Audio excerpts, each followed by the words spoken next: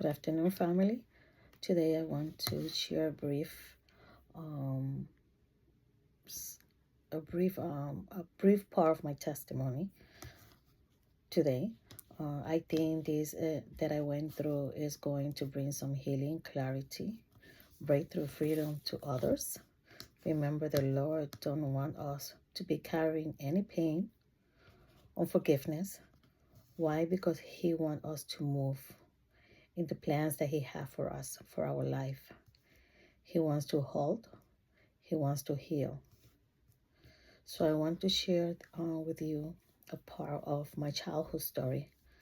I've been reflecting in my own life and pattern for the past years and how deep are some of the stuff that I went through and that I shaped my adulthood in life and the decisions that I made. Going through my memories, I realized that growing up, I used to fight for my mother's love and attention, a quiet and settled and in an exhausted way. For me, anytime that I have with my mom, I want to be noticed, trying to help her and all I can, or with my brothers and sisters, or around the house, trying to be a perfect daughter, not giving her any excuse to be mad at me. Just be a very good girl, be the good girl every parent wants. With this, I kept quiet through my pains and hurt, trying to be a good daughter. I also want to be the child who can take care of her mom and her grandmother, proving that I can do it all, and with her love. Extra giving, extra care, extra helpful. I always want her to see me, to be noticed. Don't get me wrong. I know she loves me. She's my mom. As a parent, she loved me, but I was not her favorite. I always felt like an outsider. I always felt a disconnection between both of us. I remember even when she hurt me by something that she said or did. I always pushed through and I ignored my pain, my feelings, just trying to stay close to her and keep the peace. I learned that trying to keep the peace and not talking about it, it was keeping us. And this is what keeps us in bondage, with the pain and the generational curses in life. But I only did that in order to receive what I thought it was love. I did that just to push through my pain and my loneliness. I want to clarify something. I don't want this word to be misinterpreted or misunderstood. I don't want this word to be taken the wrong way. I know my mother cares as a parent, and she did the best that she could with what she had. I am not dishonoring her or put her in a bad person in my story, because my father was not there either in the picture. But I am saying something. Sometimes her love came hard. But I also know that no parent is perfect, only God. The only thing that I know, the love I receive, is not the love that I talk in the Bible. The love, I'm comparing the love that I receive from her is not the love that the Bible talk about. Patient, gentle when I needed to be gentle, emotional, safe kind of love. I did not experience that kind of love with my mom. It was love, yes, but mixed with criticism, emotional distance, inconsistency, and alone. As a child, I did not remember receiving a kiss or a hug from her. And don't mind you, from my father either, because I met my father when I was 15 years old for a brief day. And I think this is the part people do not talk about enough. You can know if someone loves you, but you don't like you. You can feel that, with somebody that, love you, but don't like you. I used to tell myself my mom loved me, but I think she didn't like me. Somebody. I have to write this down because it's a lot of points that I want to go through. I used to tell myself my mom loves me, right? But she don't like me. um, but somebody are doing the best thing that she can. But even doing this, and she's doing her best, you still grow up feeling unseen, unchosen, or emotional unsafe. And that's how I felt. I can honor my mom, but also acknowledge that the way that she loved me shaped my wounds. This is my personal story, my story. This is how I feel as a child and how I view myself. To me, this matters because how love is experienced in a childhood is what wire your nerve system, your identity, and your relationship patterns with adults and as an adult.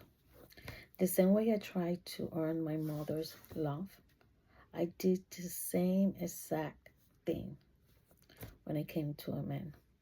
The same exact thing when it came to relationship and friendship. I will go up and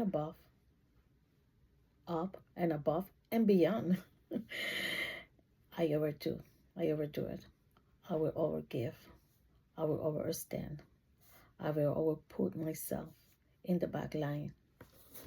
I will not even be myself, camouflaging myself into what that person wanted me to be.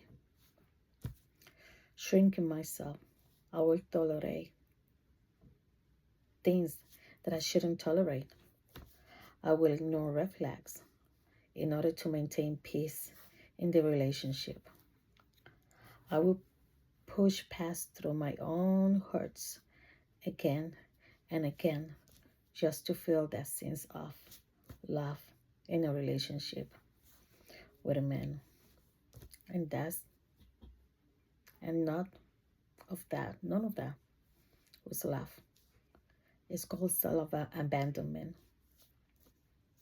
That was the wounded little girl still trying to earn something that should be never been or have to be earned for the first place.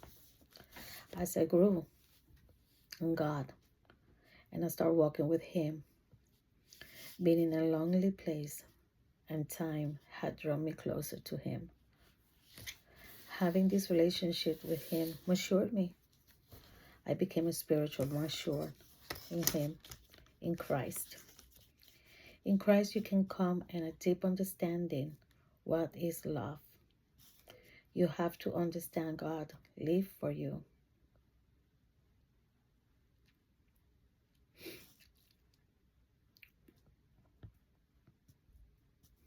Unless you accept His love, unless He begins to live in you and you know Him, you are never going to feel love by anyone else. Even if that person is in love, is loving you the right way, the kind way, with consistency, with purpose, with kindness, with healthy love. If His love is not what you are rooted in, Christ's love, you will still feel empty. You will feel insecure. You will feel something is missing. And you will self-sabotage any relationship that God sent your way. You will feel unworthy of healthy love. You will confuse peace with boredom. You will confuse chaos with chemistry. You will push people who are sent by God to love you the right way. Why? You will push them away. Why? Because until God becomes your source of love, you will always feel empty. No human can fill that space. Once you are rooted in God's love, not only you can receive it correctly, you will understand what type of love you need and what type of love you need to give correctly.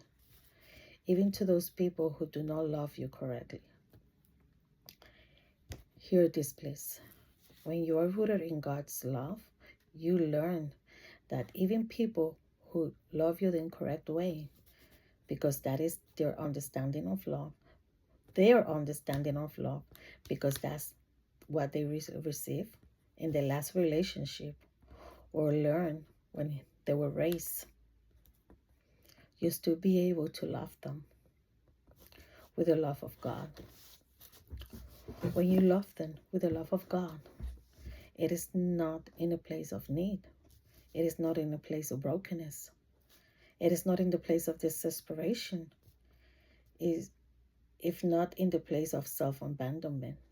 It is not in a place of trauma. It's for the place of overflow. Because God is the one supplying and overflowing your cup. And with God overflowing your cup, you will give without starving. You can love fully because you are carrying God's love. And with that type of love, change everything in you and around you. That love will change you and will change and impact the people around you.